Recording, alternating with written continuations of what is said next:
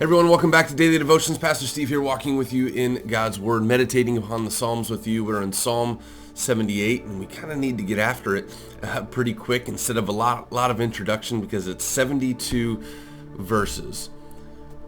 While it's 72 verses, it is craftfully written, and it has to have a little bit of an introduction, because this psalm is most likely written especially within the division of the monarchy, if you call it that, of North Israel, which is called Ephraim, and South Israel, which is called Judah. And just need to know that a little bit, because there's a contrast as it goes through the psalm, speaking about the sin of the north, the sin of Ephraim, the sin of Israel, and the covenant that's always made with Judah. Because out of Judah, right, out of Judah, which is the fourth born son of Jacob, but out of this region, out of this space, out of this geography, God's going to intervene in this time, and he's going to use Judah. He's going to use that land where Jerusalem is, where Bethlehem is, to be able to fully enact his covenant. But we get to see that that covenant is full well. That covenant is fully seen and doing well within the Davidic kingdom in the south, Judah. Whereas in the north, they gave up their places of worship. They wouldn't come to Jerusalem, the temple. They would have Bethel and Dan up top, and there was idolatry going on there as well. So with that frame of mind, this psalm is really speaking towards the trust and loyalty to God, as we get to see in the covenant of Judah, or the sin, the contrast of that with the sin and idolatry of Ephraim, or Israel up north. So no further ado, Psalm 78. Let's meditate together. O my people, hear my teaching. Listen to the words of my mouth. I will open my mouth in parables. I will utter hidden things, things from of old. What we have heard and known, what our fathers have told us, we will not hide from their children. We will tell the next generation the praiseworthy deeds of the Lord, his power and the wonders he has done. He decreed statutes for Jacob and established the law in Israel, which he commanded our forefathers to teach their children, so the next generation would know them, even the children yet to be born, and they in turn would tell their children. Then they would put their trust in God and would not forget his deeds, but would keep his commands. They would not be like their forefathers, a stubborn and rebellious generation, whose hearts were not loyal to God, whose spirits were not faithful to him. It's kind of a section there, a call towards the trust of God because of his mighty saving deeds, and pass that on generation to generation. This is what God has done. And here comes the contrast. The men of Ephraim, though armed with bows, turned back on the day of battle. They did not keep God's covenant and refused to live by his law. They forgot what he had done, the wonders he had shown them. He did miracles in the sight of their fathers in the land of Egypt, in the region of Zon. He divided the sea and led them through. He made the water stand firm like a wall. He guided them with the cloud by day and with the light from the fire from all night. He split the rocks in the desert and gave them water as abundant as the seas. He brought streams out of a rocky crag and made water flow down like rivers. But they continued to sin against him, rebelling in the desert against the Most High. They willfully put God to the test by demanding the food they craved. They spoke against God, saying, "Can God spread a table in the desert?" When he struck the rock, water gushed out and streams flowed abundantly. But can he also give us food? Can he supply meat for his people? When the Lord heard them, he was very angry. His fire broke out against Jacob, and his wrath rose against Israel. For they did not believe in God or trust in his deliverance. Yet he gave a command to the skies above and opened the doors of the heaven. He rained down manna for the people to eat. He gave them the grain of heaven.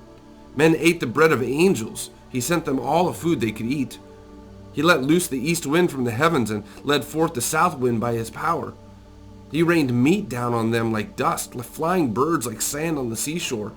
He made them come down inside their camp, all around their tents. They ate till they had more than enough. For he had given them what they craved. But before they turned from the food they craved, even while it was still in their mouths, God's anger rose against them. He put to death the sturdiest among them, cutting down the young men of Israel. In spite of all this, they kept on sinning. In spite of his wonders, they did not believe. So he ended their days in futility and their years in terror. Whenever God slew them, They would seek him. They eagerly turned to him again. They remembered that God was their rock, that God Most High was their Redeemer. But then they would flatter him with their mouths, lying to him with their tongues. Their hearts were not loyal to him. They were not faithful to his covenant, yet he was merciful. He forgave their iniquities and did not destroy them. Time after time he restrained his anger and did not stir up his full wrath. He remembered that they were but flesh, a passing breeze that does not return. How often they rebelled against him in the desert and grieved him in the wasteland. Again and again they put God to the test. They vexed the Holy One of Israel. They did not remember his power, the day he redeemed them from the oppressor, the day he displayed his miraculous signs in Egypt, his wonders in the region of Zon. He turned their rivers to blood. They could not drink from their streams. He sent swarms of flies that devoured them and frogs that devastated them. Walking through the plagues here, right?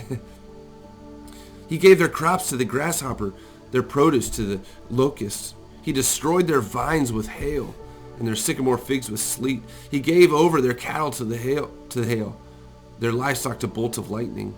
He unleashed against them his hot anger, his wrath, indignation, and hostility, a band of destroying angels.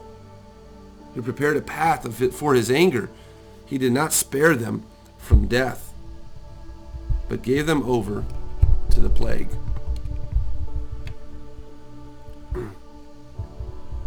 He struck down all the firstborn of Egypt, the firstborn of manhood in the tents of Ham. But he brought his people out like a flock. He led them like sheep through the desert. He guided them safely so they were unafraid. But the sea engulfed their enemies. Thus he brought them to the border of his holy land, to the hill country his right hand had taken. He drove out nations before them and allotted their lands to them as inheritance. He settled the tribes of Israel in their homes. But they put God to the test and rebelled against the Most High. They did not keep his statutes. Like their fathers, they were disloyal and faithless, as unreliable as faulty bow. They angered him with their high places. They aroused his jealousy with their idols. When God heard them, he was very angry. He rejected Israel completely. He abandoned the tabernacle of Shiloh, the tent he had set up among men. He sent the ark of his might into captivity, his splendor into the hands of the enemy. He gave his people over to the sword. He was very angry with his inheritance. Fire consumed their men, and their maidens had no wedding songs. Their priests were put to the sword, and their widows could not weep. A whole section. We get to see kind of the preparation, no trust in the Lord, no loyalty in the Lord. Look what he's done, but yet they still put him to the test. Yet they still did not trust him. And then this last section contrasts this all about God's faithfulness, God's mercy, and God's continual togetherness with his people, and they don't deserve it. Then the Lord awoke from his sleep as a man awakes from the stupor of wine. He beat back his enemies. He put them to everlasting shame. Then he rejected the tents of Joseph. He did not choose the tribe of Ephraim, but he chose the tribe of Judah, Mount Zion, which he loved. He built a sanctuary like the heights, like the earth that he established forever. He chose David, his servant, and took him from the sheep pens. From tending the sheep, he brought him to be the shepherd of his people Jacob, of Israel, his inheritance. And David shepherded them with integrity of heart. With skillful hands, he led them. While they're running away, God pursues them and makes that covenant with them, gives them a leader, a shepherd that's after the Lord's own heart.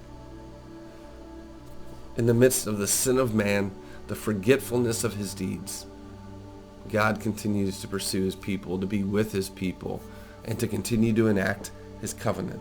He could hold it back, but that's not our God. Our God always walks in his covenant with his people, with you and me, through the covenant of the blood of forgiveness that is ours in Jesus Christ. Sinning, forgetting, testing, that's what we bring to God. But what God brings to us is grace and mercy, justice and forgiveness. And to that, we have to say, and we worship the Lord saying, thanks be to God. Have a blessed day.